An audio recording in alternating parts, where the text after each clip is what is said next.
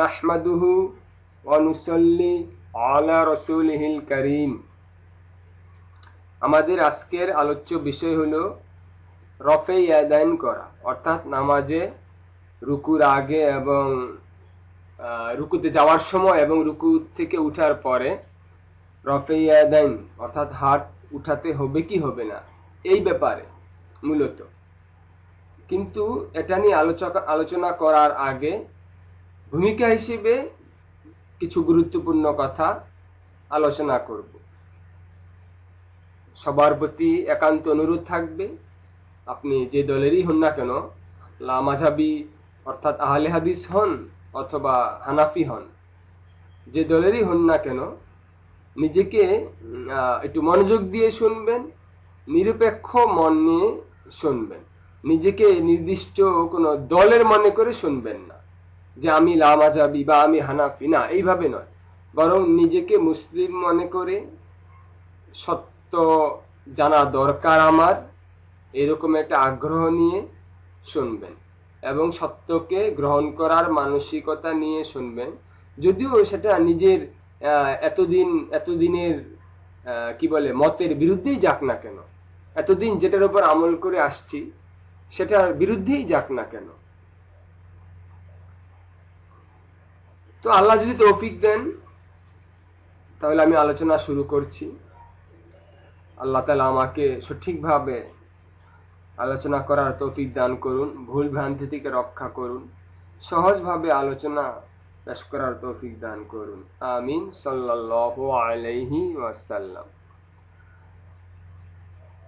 আহলে হাদিসদের অনেক শায়েখ আমাদেরকে একটি প্রশ্ন করেন বা আপনাদেরকে এটা প্রশ্ন করে থাকবেন, আপনারা হয়তো এবং অবশ্যই শুনে থাকবেন এরকম প্রশ্ন, যে আপনি কি হাদিস মানবেন নাকি মাযহাব মানবেন? আপনি কি বলে নবী সাল্লাল্লাহু আলাইহি ওয়াসাল্লামকে মানবেন নাকি ইমাম আবু হানিফাকে মানবেন? এই প্রশ্ন তারা করে থাকে। তো এই প্রশ্নের জবাব তো আসলে যে কেউ এটাই দিবে যে হ্যাঁ, অবশ্যই নবীকে মানতে হবে, কোনো ব্যক্তি আবু হানিফাকে মানা যাবে না, অবশ্যই হাদিস মানতে হবে, এর মোকাবেলায় কোনো মাযহাবকে মানা যাবে না। এইভাবে তারা মানুষকে প্রশ্ন করে ধোঁকা দিয়ে আহলে হাদিস বানায়। কিন্তু এই প্রশ্নটা আসলে ভুল প্রশ্ন, প্রশ্নটা ঠিকভাবে করা হয়নি, ধোঁকা দেওয়ার জন্য করা হয়েছে। কেন প্রশ্নটা ঠিক নয়, কেন সেটা বলছি। যে যদি এমন হতো যে নবীজি সাল্লাল্লাহু আলাইহি ওয়াসাল্লাম একটা বলেছেন, ইমাম আবু হানিফা রাহমাতুল্লাহি আলাইহি আরেকটা বলেছেন, তখন এই প্রশ্নটা যুক্তিসঙ্গত হতো যে কাকে মানব, নবীজিকে নাকি আবু হানিফাকে। কিন্তু এমন তো নয়, ব্যাপার তো এমন নয়। নবীজি যেটা বলেছেন ইমাম আবু হানিফা সেটাই বলেছেন।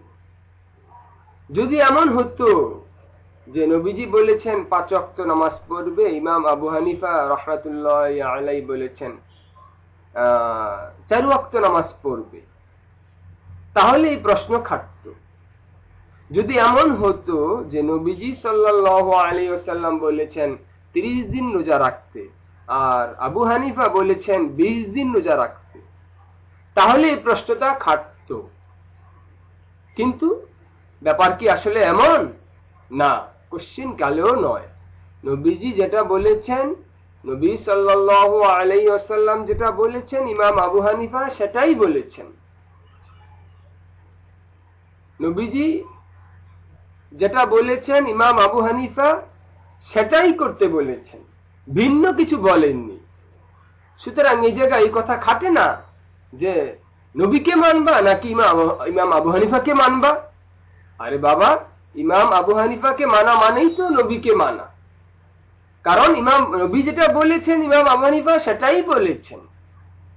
শুধু এতটুকু বেশ কম যে নবীজি সাল্লাল্লাহু আলাইহি সাল্লামের হাদিসে যেটা হয়তো একটু অস্পষ্ট আছে সেটা তিনি আমাদের জন্য স্পষ্ট করে দিয়েছেন। নবীজির হাদিস থেকে আমরা যে মাসালাটা বের করতে পারি না, ইমাম আবু হানিফা সেটা বের করে দিয়েছেন। উনি তো ভিন্ন কিছু বলছেন না, নবীজির বিরুদ্ধে কিছু বলছেন না। নবী যেটা বলছেন উনি সেটাই বলছেন, আরো স্পষ্ট করে দিচ্ছেন আমাদের জন্য, যারা আমরা মানে জানি না ঠিক মতো, অত কিছু জানি না, বুঝি না, তাদেরকে আর তাদের সামনে অস্পষ্ট জিনিসগুলো স্পষ্ট করে দিচ্ছেন। খুব সহজ কথা। তাহলে আমরা বুঝতে পারলাম যে এই প্রশ্নটা ঠিক নয়। আসলে প্রশ্নটা যেটা হওয়া উচিত ছিল সেটা হলো যে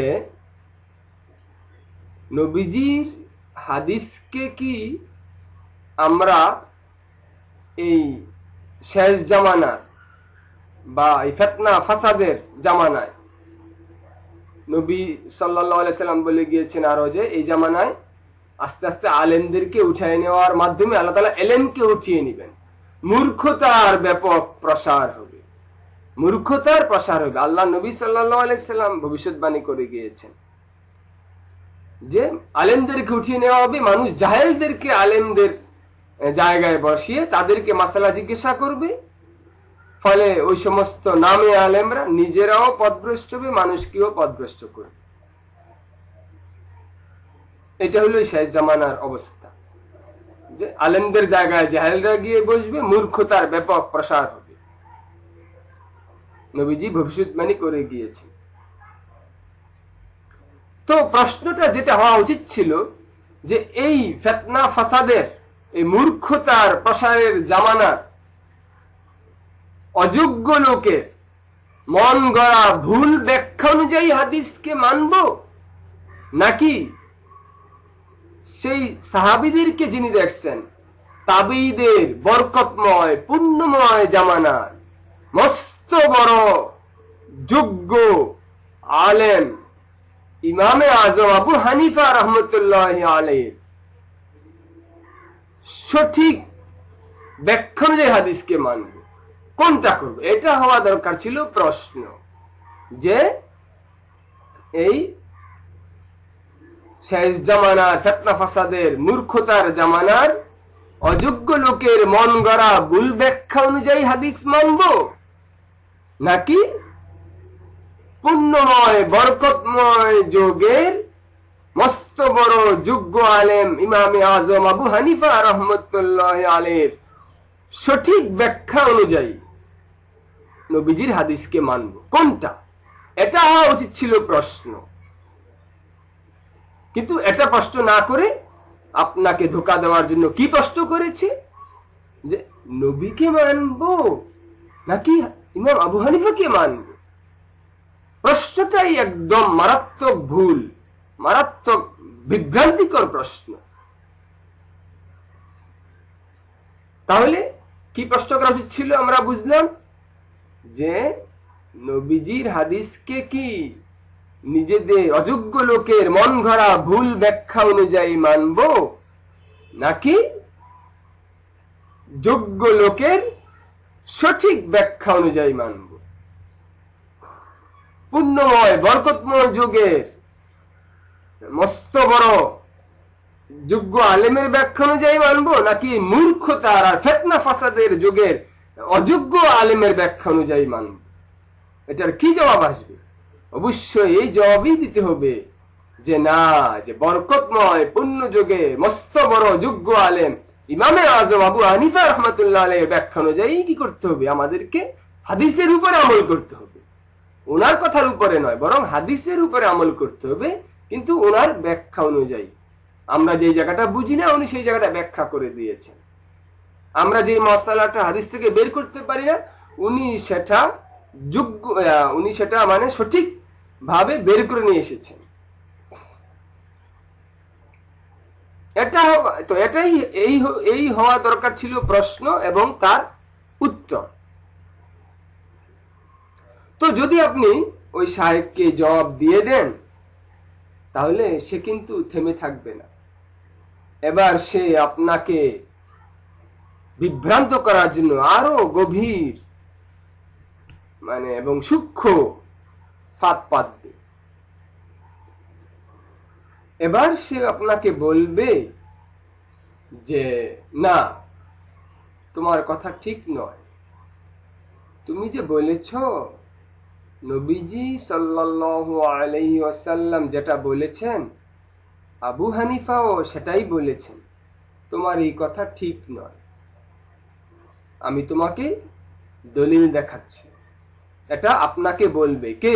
ওই আহলে হাদিস সাহেব। এবার সে দলিল দেখাবে, বুখারী শরীফ খুলবে, সেখান থেকে আপনাকে হাদিস দেখাবে যে এই দেখো হাদিসে আছে যে নবীজি রুকুতে যাওয়ার আগে রফে ইয়াদান করেছেন, রুকুত থেকে উঠে রফে ইয়াদান করেছেন। আর এরপরে দেখাবে যে এই দেখো কুদুরি হানাফি মাযহাবের কিতাব, এইখানে কি আছে যে রুকুতে যাওয়ার সময় এবং রুকু থেকে উঠে রফে ইয়াদান করবে না, হাত উঠাবে না। তাহলে কি প্রমাণ হলো? হাদিসে আছে একটা আর হানাফি মাযহাবে আছে আরেকটা। এখন কিন্তু আপনি বিভ্রান্ত, মানে কি বলে, ভেবাচাকা খেয়ে যাবেন এবং কোনো জবাব খুঁজে পাবেন না। যে তাই তো, নিজের চোখেই তো দেখতে পাচ্ছি যে বুখারী শরীফে আছে একটা আর হানাফি মাযহাবে আছে আরেকটা।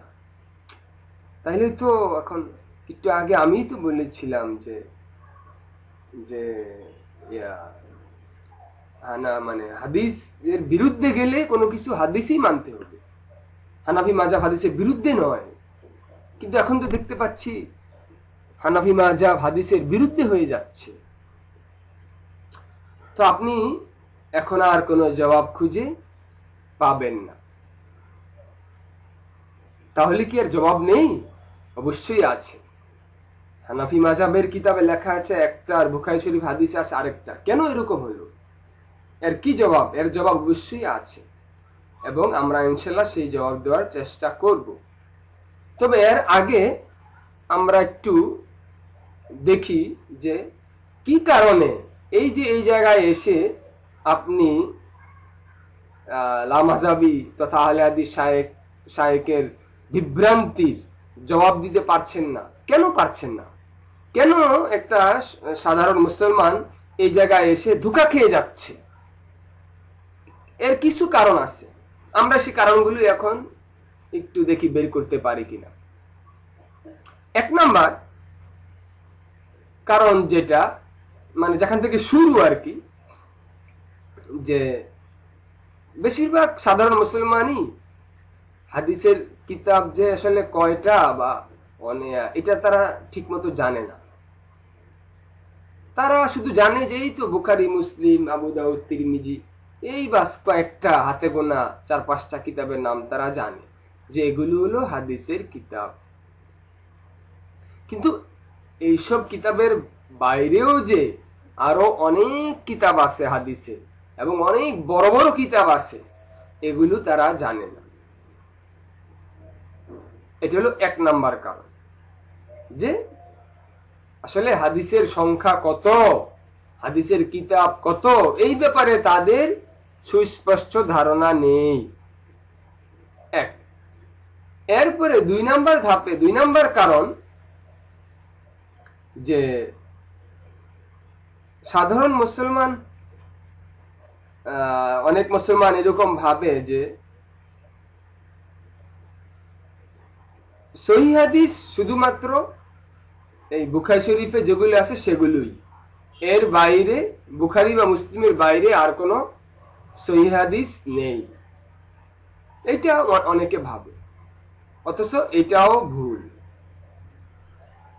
কারণ বুখারী মুসলিমের বাইরে যেরকম, বুখারী মুসলিম ছাড়াও যেরকম আরো অনেক হাদিসের কিতাব আছে, ঠিক তেমনি বুখারী মুসলিম ছাড়াও ওইসব কিতাবে আরো অনেক সহিহ হাদিস আছে।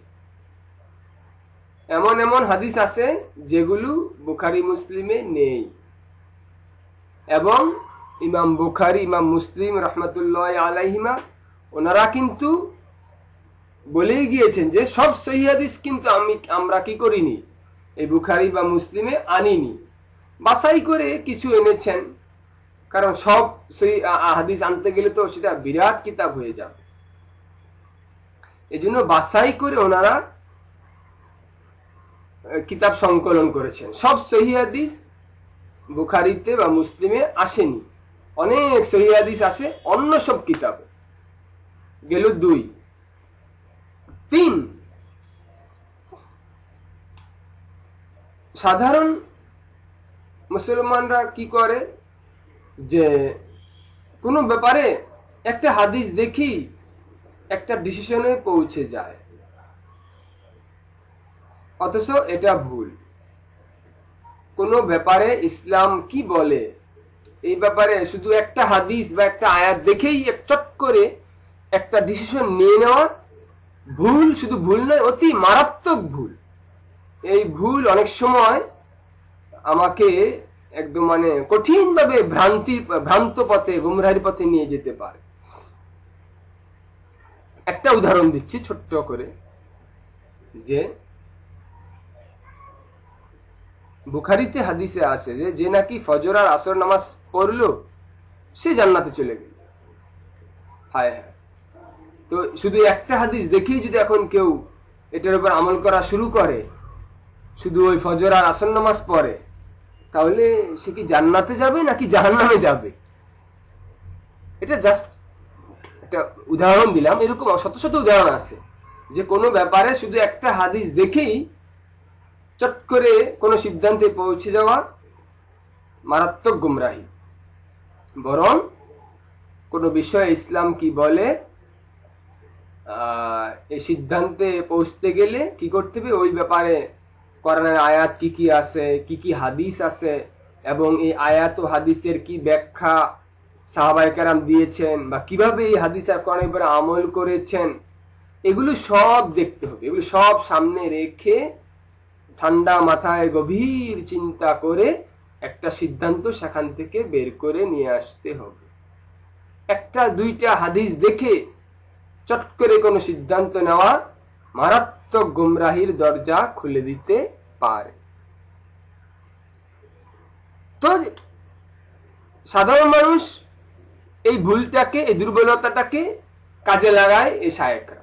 বাস একটা হাদিস দেখিয়ে দেয় বুখারী থেকে বা মুসলিম থেকে, দেখিয়ে বলে দেখছো এই যে হাদিসে কি আছে। অথচ ওই ব্যাপারে ডিসিশন নিতে হলে সব কোরআন হাদিস সাহাবাদের মতামত সব সামনে রেখে দেখতে হবে। তাকে শুধু বাস কোন ব্যাপার হয়তো 2 রকম হাদিস আছে, শুধু একটা হাদিস দেখিয়ে তাকে বিভ্রান্ত করে। তো গেল 3 নাম্বার কারণ। কিসের কারণ এগুলো? এই যে বললাম 3 নাম্বার কারণ, এটা কিসের কারণ? ওই যে প্রথম ধাপে আপনাকে ধোঁকা দিতে না পেরে দ্বিতীয় ধাপে এসে আরো বড় এবং সূক্ষ্ম ফাঁদ পাতলো আপনাকে বিভ্রান্ত করার জন্য। তো কেন সাধারণ মানুষ সেই ফাঁদে পড়ে বিভ্রান্তির বেড়াজালে আটকে যায়, গুমরাহির অতল গহ্বরে তলিয়ে যায়? কারণটা কি? কয়েকটা কারণ আছে, তার মধ্যে 3টা কারণ গেল। 1 নাম্বার, হাদিসের যে অনেক কিতাব আছে এই ব্যাপারে তার জানা নেই, সে ভাবে 2-1টা কিতাব সম্পর্কে শুধু জানে। 2 নাম্বার, যে বুখারী মুসলিমে বুঝি সব সহিহ হাদিস আছে এইরকম মনে করে, অথচ তা নয়, বরং বুখারী মুসলিমের বাইরে অন্যান্য কিতাবেও আরো বহু সহিহ হাদিস রয়ে গিয়েছে। 3 নাম্বার, কোন একটা ব্যাপারে শুধু 1-2টা হাদিস দেখেই চট করে ডিসিশন নিয়ে নেওয়া, এটা মারাত্মক ভুল।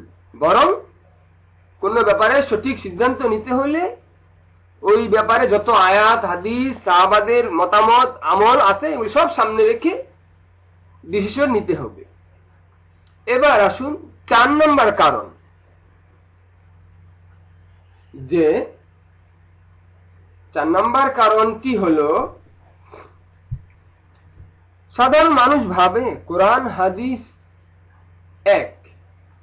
কোন ব্যাপারে কোরআন হাদিসে কখনো 2 রকম কথা থাকতে পারে না। সুতরাং বুখারী শরীফ হাদিসে যখন কোনো একটা ব্যাপারে কোনো একটা হাদিস পেয়ে গিয়েছি, সুতরাং এর বিপরীত অন্য কোনো হাদিস আর পাওয়ার যে থাকতে পারে, এই জিনিসটা, এই প্রশ্নটাই তার সাধারণ মানুষের মাথায় আসে না। এবং আপনারা দেখবেন এই 4 নম্বর কারণটা বলতে বলতে আরেকটা প্রশ্নের জবাব সাথে সাথে দিয়ে দেই, ভালো করে খেয়াল করুন। আপনারা দেখবেন যে অনেকেই প্রশ্ন করে যে কোরআন এক, হাদিস এক, মাযহাব কেন 4টা, কেন আলেমদের মাঝে এত মতভেদ? এই প্রশ্নের জবাবও এই 4 নম্বর কারণের সাথে সাথে আমরা দিয়ে দিচ্ছি। তো আসলে এই কথাটা ভুল। কোরআন হাদিস এক কি আসলে? হ্যাঁ, কোরআন এক, এটা ঠিক আছে, কিন্তু হাদিস তো ভাই এক না। একই ব্যাপারে অনেক সময় 2 রকম হাদিস পাওয়া যায়, 3 রকম হাদিসও পাওয়া যায়। একই ব্যাপারে এক হাদিসে সব ব্যাপারে নয়, অনেক ক্ষেত্রে দেখা যায় যে একটা বিষয়ে এক হাদিসে বলা হয়েছে একরকম, আরেক হাদিসে বলা হয়েছে আরেক রকম। তো এরকম হয়, কিন্তু সাধারণ মানুষ কিন্তু এটা তারা জানে না অনেকে। কিন্তু বাস্তবতা আসলে এটাই যে হাদিস এক না। হাদিস একই ব্যাপারে অনেক সময় 2-3 রকম হাদিস থাকে। আচ্ছা, এরপর আরেকটু কথা আছে। ওই যে আমরা প্রথমে বললাম যে কোরআন এক, হ্যাঁ এটা সত্য, এতে কোনো সন্দেহ নেই, কিন্তু আরেকটু কথা আছে। সেটা হলো কোরআন এক বটে, কিন্তু কোরআনের ব্যাখ্যা এক না। সব আয়াতের ব্যাখ্যা এবং অর্থ যে সবাই একভাবে করে এরকম নয়। কিন্তু যদিও অনেকের কাছে, যারা সাধারণ মানুষ অত কিছু জানে না, তাদের কাছে ব্যাপারটা একটু কেমন কেমন লাগবে, কিন্তু এটাই আসলে বাস্তবতা যে ব্যাখ্যা এক নয়। এটা আল্লাহ পাকের ইচ্ছাতেই হয়েছে। এর মাঝে কোনো ব্যাখ্যা মানে কোনো খারাপ নাই, এটা কোনো খারাপ নয়। এর মাঝে কোনো খায়ের আছে, হিকমত আছে, কল্যাণ আছে, এটা আল্লাহই ভালো জানেন। এই যে ব্যাখ্যা এক নয় বা হাদিসও যে এক নয়, এটা কিন্তু আল্লাহর ইচ্ছাতেই হয়েছে। আল্লাহ যদি চাইতেন তাহলে সব এক হতো, কিন্তু চাননি। আল্লাহ এটা ভিন্ন ভিন্ন করেছেন, এর মাঝেই কোনো হিকমত কল্যাণ আছে, আমরা সেটা হয়তো জানি না, আল্লাহ জানেন। তো যাই হোক, কোরআন এক সত্য, কিন্তু কোরআনের ব্যাখ্যা এক নয়। এরপরে কি বললাম, আর হাদিস তো এক নয়। একই ব্যাপারে ভিন্ন ভিন্ন হাদিস পাওয়া যায় অনেক ক্ষেত্রে। তার উপরে আবার একই হাদিসের আবার 2 রকম ব্যাখ্যা, 3 রকম ব্যাখ্যা, 4 রকম ব্যাখ্যাও হয়। তাহলে কি বুঝলেন শেষমেশ? যে কোরআন এক, কিন্তু তার ব্যাখ্যা এক নয়, আর হাদিস একও নয়, আবার ব্যাখ্যাও এক নয়। এই জন্যই কি হয়ে গিয়েছে, মতভেদ হয় আলেমদের মাঝে, 4টা মাযহাব হয়ে গিয়েছে। তো এই যে 4 নম্বর কারণটা বললাম, যেটা মানুষ ভাবে যে কোরআন হাদিস এক, কিন্তু আসলে তা নয়, যেটা আমরা শুনলাম এতক্ষণ ধরে। তো যখন নাকি আহলে হাদিস সাহেব তাকে কোনো হাদিস দেখায়, বুখারী শরীফ থেকে দেখালো যে এই দেখো এইখানে এই যে হাত উঠানোর কথা আছে, নবীজি নামাজের সময় সাল্লাল্লাহু আলাইহি ওয়াসাল্লাম নামাজের সময় হাত উঠিয়েছেন, রুকুতে যাওয়ার আগে, রুকুর পরে। তখন এটা দেখার পরে ওই সাধারণ মানুষ আর ভাবতে পারে না বা এই প্রশ্ন করতে পারে না যে হুজুর অন্যরকম হাদিসে তো থাকতে পারে, এই ব্যাপারে অন্য হাদিসের কিতাবে অন্যরকম হাদিসও তো থাকতে পারে। এইটা আর সে কিন্তু কি করতে পারে না, এই প্রশ্নটা করতে পারে না। অথচ এখানে কিন্তু সেটাই হয়েছে। এখানে কি হয়েছে, এটাই কিন্তু এই জায়গায় ঘটেছে যে বুখারীতে ইমাম বুখারী ওই হাত উঠানোর ব্যাপারে, যে রুকুতে যাওয়ার আগে এবং রুকুর পরে রফে ইয়াদান করার শুধু একদিকের হাদিস নিয়ে এসেছেন। অথচ তিরমিজি শরীফ, ইমাম বুখারীর ছাত্র ইমাম তিরমিজি রাহমাতুল্লাহ আলাইহি কিন্তু তার হাদিসের কিতাব তিরমিজি শরীফে 2 রকম হাদিসই এনেছেন। হাত রফাইয়া দেন অর্থাৎ হাত উঠানোর হাদিসও যেমন এনেছেন, হাত না উঠানোর হাদিসও কিন্তু এনেছেন। আবু দাউদ শরীফেও ঠিক তাই, নাসাই শরীফেও কি ঠিক তাই।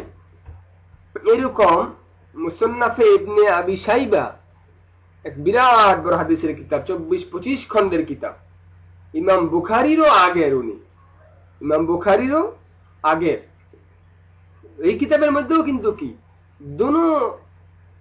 দোনো দিকের হাদিসই আনা হয়েছে। তো ওই যে আপনাকে বললো, দেখালো যে দেখো বুখারীতে কি আছে আর হানাফি মাযহাবে কি আছে, এখানে সে কি ধোঁকাটা দিল আপনাকে, আপনার দুর্বলতার সুযোগ নিয়ে, আপনার অজ্ঞতার সুযোগ নিয়ে সে আপনাকে দেখিয়ে দিল যে দেখো হাদিসে আছে একটা আর হানাফি মাযহাবে বলা হয়েছে আরেকটা। অথচ ব্যাপার কিন্তু তা নয়, বরং হানাফি মাযহাবে যেটা বলা হয়েছে সেটাও আছে অন্য হাদিসে। হ্যাঁ, বুখারীতে হয়তো নেই, কিন্তু অন্য হাদিসে সেটা আছে, অন্য কিতাবে সেটা আছে। কিন্তু ওই যে বললাম আপনাদের যে অন্য অন্য আরো কিতাব আছে, সেটার তো আমার আপনার খবর নেই। একই ব্যাপারে যে দুই রকম হাদিস থাকতে পারে সেটা তো আমার আপনার জানা নেই।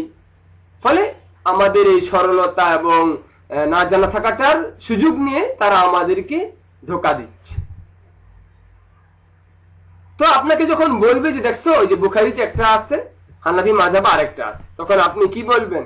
তখন আপনি বলে দিবেন যে বাবা, যে হুজুর, আপনি যে হাদিস মানতে চান এবং হাদিস মানার যে আগ্রহ, আলহামদুলিল্লাহ, এটা অবশ্যই প্রশংসনীয়। এবং যারা হাদিস মানে না, আপনি চান যে তারা হাদিস মানুক, আলহামদুলিল্লাহ, আপনার এই গুণটাও প্রশংসনীয়। তো আপনার অবগতির জন্য শায়েখ, আপনার অবগতির জন্য আমরা জানাচ্ছি যে আমরাও আমাদের মাযহাবে যেটা আছে সেটাও হাদিসে আছে, কিন্তু বুখারীতেই থাকতে হবে এমন কোনো কথা নেই। হাদিসে থাকলেই হলো, হাদিসের কিতাবে থাকলেই হলো, অন্য হাদিসে আছে সেটা। এতটুক বলার পরেও কিন্তু ওই আহলে হাদিস শায়েখ থেমে থাকবে না। এবার কিন্তু সে আরো সূক্ষ্ম জাল বিস্তার করবে, আরো সূক্ষ্ম ফাঁদ পাতবে আপনাকে বিভ্রান্ত করার জন্য। সেটা কি বলছি শুনুন। তা বলার আগে আমরা এতক্ষণে আলোচনার আবার একটু সারাংশটা নিই। তাহলে প্রথমে আপনাকে কি প্রশ্ন করলো যে তুমি কি নবীকে মানবা না আবু হানিফাকে মানবা? আপনি তার এই বিভ্রান্তি বেড়াজাল থেকে রক্ষা পেলেন কিভাবে? যে আপনি বলে দিলেন যে বাবা, এই প্রশ্নটা ঠিক মতো হয়নি, কারণ নবীজি যেটা বলেছেন ইমাম আবু হানিফা সেটাই বলেছেন, সুতরাং এই প্রশ্নটা খাটে না। যদি এমন হতো যে নবীজি একটা বলেছেন, ইমাম আবু হানিফা আরেকটা বলেছেন, তখন এই প্রশ্নটা খাটতো।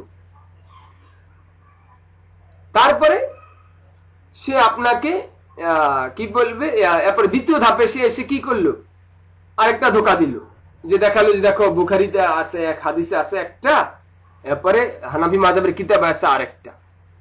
তার এই ধোঁকাবাজি থেকে আপনি কিভাবে রক্ষা পেলেন?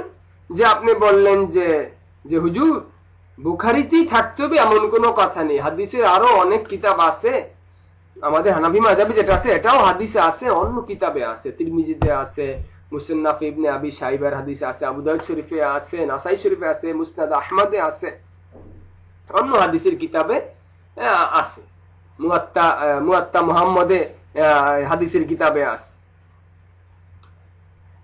তো যাই হোক, এখন তার এই দ্বিতীয় ফাঁদ থেকেও আপনি কি পেলেন? এই জবাব দেওয়া দ্বারা তার এই দ্বিতীয় ফাঁদ থেকেও আপনি রক্ষা পেলেন আল্লাহর রহমতে, আলহামদুলিল্লাহ। এবার সে আপনাকে বিভ্রান্ত করার জন্য তৃতীয় ফাঁদ পাতবে, 3 নম্বর ধাপ। কিন্তু তৃতীয় ধাপে এসে সে আপনার জন্য কি ফাঁদটা পাতবে সেদিকে যাওয়ার আগে আরো দুটো বিষয় নিয়ে একটু আলোচনা করে নিতে হবে। সে দুটো বিষয়ের একটি হলো ওই যে আমরা একটু আগে বললাম যে একই ব্যাপারে দুই রকম হাদিস থাকে। যেমন নাকি আমাদের এই যে হাত উঠানো, এটা নিয়ে কি দুই রকম হাদিস আছে। এক হাদিসে বলা হয়েছে নবী সাল্লাল্লাহু আলাইহি ওয়াসাল্লাম রুকুতে যাওয়ার আগে এবং রুকুর পরে হাত উঠিয়েছেন, আরেক হাদিসে আছে উঠাননি। এরকম অন্যান্য অনেক ব্যাপারেই কি দুই রকম হাদিস পাওয়া যায়। এক হাদিসের সাথে আরেক হাদিসের বক্তব্য বিপরীত বাহ্যিক ভাবে। এখন এটা প্রশ্ন হলো কেন এরকম হয়, কেন এরকম বিপরীত হয় কেন?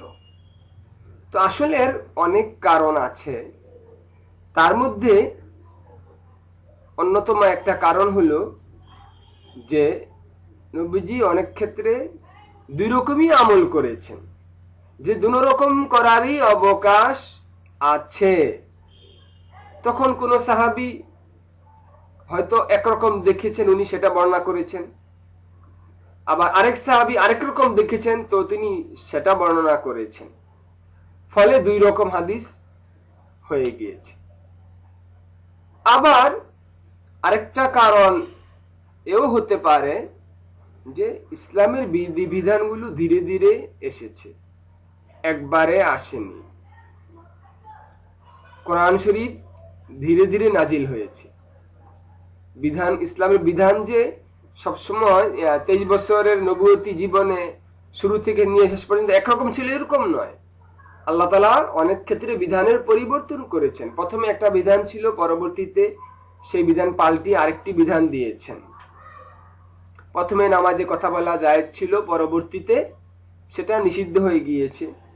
প্রথমে এরকম কবর জিয়ারত করা নিষিদ্ধ ছিল, পরবর্তীতে সেটা জায়েজ করে দেওয়া হয়েছে। প্রথমে তাহাজ্জুদ পড়া ফরজ ছিল, পরবর্তীতে সেটা নফল হয়ে গিয়েছে। তো এরকম তো দেখা গেছে যে ওই প্রথম দিকের যেই হুকুম ছিল সেই ব্যাপারেও হাদিসে আছে। আবার পরবর্তীতে এসে আল্লাহ তাআলা হুকুম যেটা পাল্টিয়ে দিয়েছেন সেই ব্যাপারেও আরেক সাহাবীর হাদিস আছে। এক সাহাবী প্রথম দিকের হুকুমের কথা বর্ণনা করেছেন, আরেক সাহাবী শেষের দিকের হুকুমের কথা বর্ণনা করেছেন। ফলে দুই রকম হয়ে গিয়েছে। বা আরো কারণ থাকতে পারে। তো সেটা যাই হোক, বিভিন্ন কারণেই আল্লাহ পাকের ইচ্ছাতেই এটা কি দুই রকম হয়েছে। এতে দোষের কিছু নেই, এটা পেরেশান হওয়ার মতো কিছু নেই যে কেন দুই রকম হলো। এর মাঝে আল্লাহ তাআলার কোনো হিকমত আছে, যেটা আমরা জানি না, আল্লাহই ভালো জানেন। যে আল্লাহ তাআলা তো ইচ্ছা করলে পারতেন যে যাতে কোন রকম মতভেদ না থাকে, কিন্তু না, তথা আল্লাহ তাআলা মতভেদ যাতে ঘটে সেই সুযোগ আল্লাহ তাআলাই বাকি রেখে দিয়েছেন। তো বোঝা গেল যে এতে কোনো সমস্যা নেই, এর বোঝা গেল যে এর মাঝে কোনো কল্যাণ আছে। এটা গেল একটা প্রশ্ন বা একটা ব্যাপার। আরেকটা ব্যাপার হলো যেটা, সেটা হলো কেউ বলতে পারেন যে আচ্ছা, এই হাত উঠানোর ব্যাপারে দুই রকম হাদিসই যখন আছে, তাহলে যারা হাত উঠায় তাদেরকে কেন আমরা খারাপ বলি বা তাদের বিরোধিতা কেন করি? যেহেতু বুঝলাম আমরা উঠাই না এবং এই ব্যাপারে হাদিস আছে, কিন্তু হাত যারা উঠায় ওই ব্যাপারেও তো হাদিস আছে, তো তাহলে কেন আমরা তাদের বিরোধিতা করি? এরকম একটা প্রশ্ন আসতে পারে। গুরুত্বপূর্ণ প্রশ্ন, ভালো করে মনোযোগ দিয়ে এর জবাবটা শোনা দরকার। যে আসলে তারা হাত উঠায় রুকুতে যাওয়ার, রুকুর আগে পরে, এই জন্য তাদেরকে আমরা কোনো নিন্দা করি না। কেউ হাত উঠায় এর জন্য সে জাহান্নামে যাবে না, বা এটা দোষণীয় কিছু নয়। কেউ উঠায় না, এর জন্য সে জাহান্নামে যাবে না, এটাও দোষণীয় কিছু নয়। দোনো রকমই হাদিসে আছে।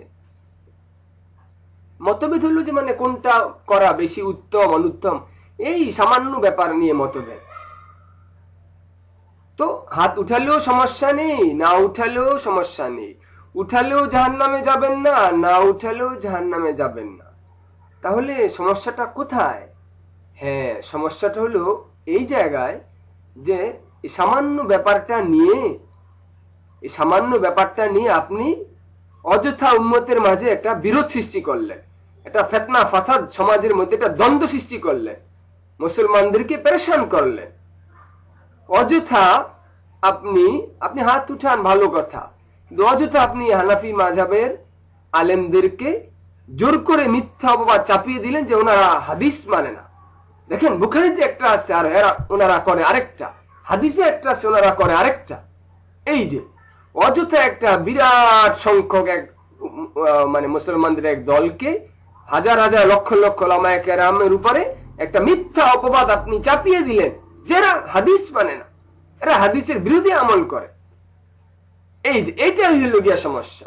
হাত উঠানো তো সমস্যা নেই, হাত না উঠানো তো সমস্যা নেই, কিন্তু এই সামান্য ব্যাপারটাকে কেন্দ্র করে মুসলমানদের মাঝে দ্বন্দ্ব, ফিতনা ফাসাদ সৃষ্টি করা, লক্ষ লক্ষ উলামায়ে কেরামের উপরে মিথ্যা অপবাদ দেওয়া, সাধারণ মানুষকে উলামায়ে কেরামের উপর থেকে সাধারণ মানুষের আস্থা নষ্ট করে দেওয়ার চেষ্টা করা, এইটার কারণে আপনি জাহান্নামে যাবেন।